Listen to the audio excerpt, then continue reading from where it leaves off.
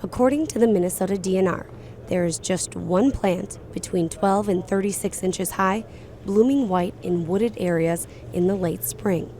That plant is in Bloomington's Forest Glen Park, and we don't want it there.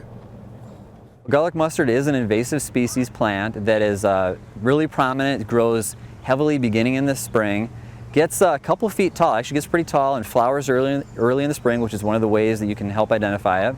You can help people identify it.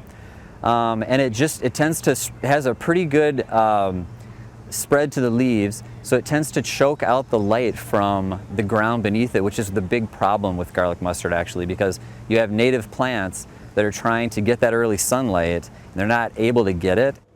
Morrison tells us the city has been working to remove invasive plants from the park for some time. They've contracted professionals for some things, but it's the help of volunteers that make the biggest impact. The group we have out here today are some miscellaneous volunteers from the city that just volunteered to come out, but mainly it's a large group from U.S. Bank who approached the city. They wanted an opportunity to do a big volunteer event in one of the parks, and so it was just at the perfect timing where we had this project going on, and one thing led to another, and so all of a sudden we have 100 people out here ready to go. The volunteers are versed on the best removal technique by a professional from Great River Greening.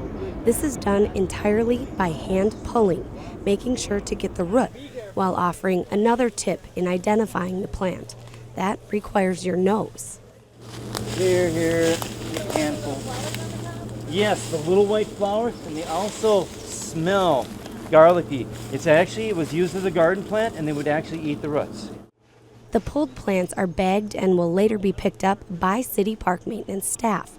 Volunteers also removed rotting logs and branches from the forest floor, which provide an increase in nitrogen to the soil, aiding in the rapid growth of invasive plants.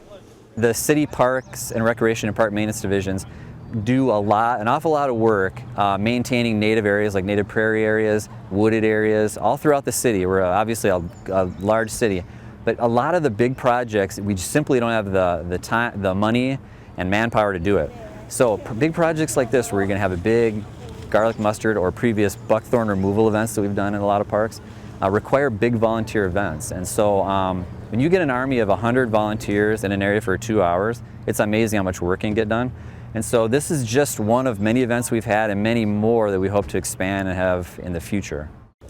A big thank you to everyone who helps to beautify Bloomington's parks and natural areas. A few hours of work can really make a huge difference.